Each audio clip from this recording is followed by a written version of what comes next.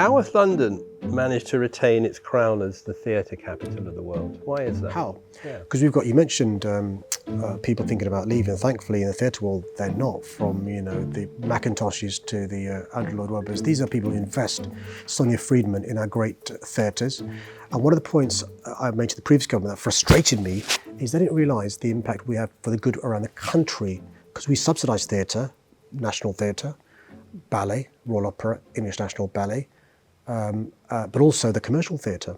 And that enables these shows to take place around the country. The previous government turned the taps off in relation to many of our, from the Donmar to ENB and so forth, which caused English National Opera House as well, which caused big problems. And so I'm hoping working with the government, we can carry on the genius of London going. The biggest reason we've got the best theatre in the world is because of the pipeline of artists, the writers and so forth. That pipeline has slowed down, a combination of pandemic, but also the inability of people from ordinary backgrounds to afford to be freelancers, because often, you know this better than I do because of the friends you've got, you're often out of work in between jobs. And so unless you've got, again, banker, mum and dad or middle class families, it's a big risk to take. During the pandemic, we saw many freelancers getting jobs in Tesco's or other places because they needed to pay their bills or their mortgage and so forth. So the great news is those in the commercial theatre understand the ecosystem, understand the importance of the pipeline, and it's really important. And so I speak often to Americans on Broadway and off Broadway, and they say ours is the best theatre that there is in the globe. We've got to carry that pipeline going, really important. Americans never say that. No, I'm going to Akram Khan's Giselle this week at Sadler's Wells. I'm really pleased we're moving Sadler's Wells to East Bank, the new East Bank, right? Good example of bringing culture to underserved communities. The BBC is going to move there as well. V&A's moving there. You go to other countries around the world, including America, theatre's quite far away from ordinary folk, not in London. What makes a good Londoner? Oh, good question.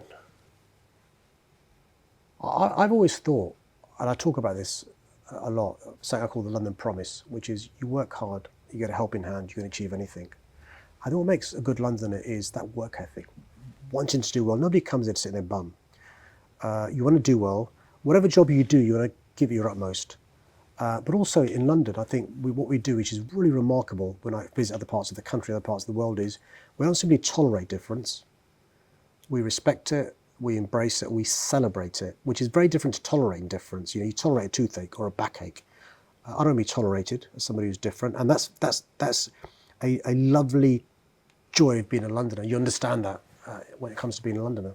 You talk about culture, and it is the city's greatest IP, I think, but what can we do to protect its growth? Because you've discussed the problems, but apart from subsidies, which is not likely, not at the moment, what can we do to protect it? Oh, lots of things we can do. Look, park subsidy, we've got to protect our venues, really important. So what we've done in our London plan is if you're, as a developer, and I work in development, want to build new homes, and on that piece of land there happens to be a theatre or a live music venue, you're now required, if you want to build homes, to keep a venue there. The heritage of our cultural sector is sacrosanct. So that's a new condition we've put into the London plan. It includes pubs, by the way. You speak to Ed Sheeran, the number of gigs he played in pubs before he became famous is remarkable. He played 100 pub gigs in the year before he got a record deal. So we've got to preserve what we have. Really, really important. Don't take it for granted that would have happened but for our intervention in the plan. Secondly, we've got to make sure we give people role models. You can't be if you can't see it. We've got to be talking up our Ed Sheerans, our Adeles, our Idris Elbas and so forth. Thirdly, we've got to give them a helping hand in relation to opportunities, whether it's venues to perform in or whether it's schools like the Brit.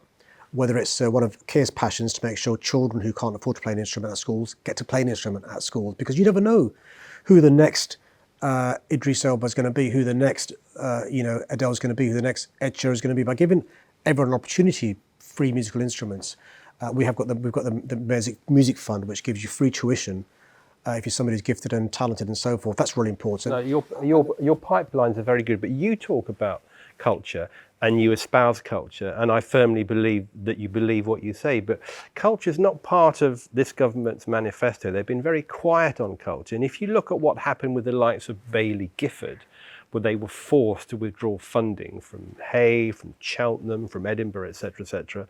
There are only so many Vivian Duffields in this world. Where is this money going to come from to support all these small arts institutions? Okay, I'll come to sponsorship in a second. And the final part of your answer about culture is we've got to celebrate success. It's a very British thing, is we talk people down rather than putting them on a pedestal. We've got to celebrate the successes there are of people successful in British culture. One of the projects we had was unpack the credits. So when if you go to the cinema, you all these credits at the end.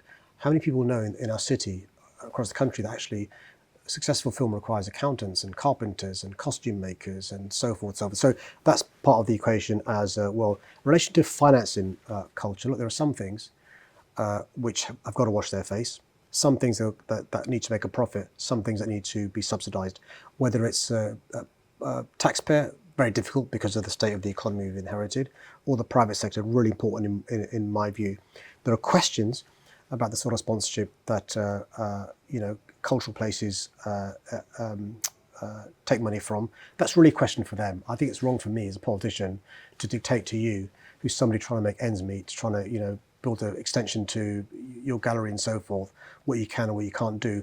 I think examples, by the way, of the Fashion Week holding events in the National Theatre, in the Tate, in the Copper Box is great. Why? Because people around the globe see these wonderful jewels in our crown. It brings people in, brings football in. But you speak to Trist at the V&A, he's got a really good model where he's also got some shows, some exhibitions where you've got to pay for.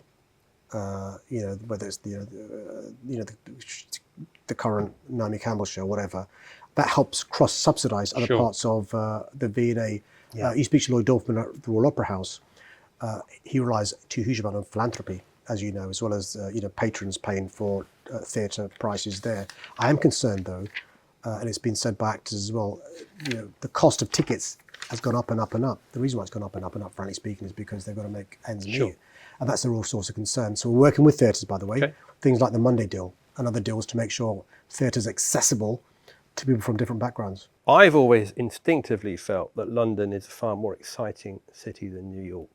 Do you agree? Absolutely. I mean, I always tease whenever I see whether it's Eric Adams or Mike Bloomberg or Bill de Blasio or Giuliani. I always say, listen, it must be great being the mayor of the second greatest city in the world. But also look, a number of things. We're bigger in terms of population. We're more diverse in terms of not just ethnicity and religion.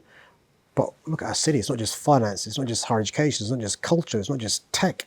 It's not just life sciences. It's think of the languages and so forth. But also post-pandemic. Say it's not in a sort of jingoistic nationalist way. Our recovery compared to New York's is just chalk and cheese. Many women and some men I know think you're a sex symbol. Discuss. The people you speak to have got great taste. No, listen, it's obviously very sweet and stuff. I saw, by the way, brag that you put me the 48th best dressed man in GQ of the year. So yeah, still my claim. I'm sure that was a mistake. I'm sure that was a mistake. I was ahead of Tiny Temper.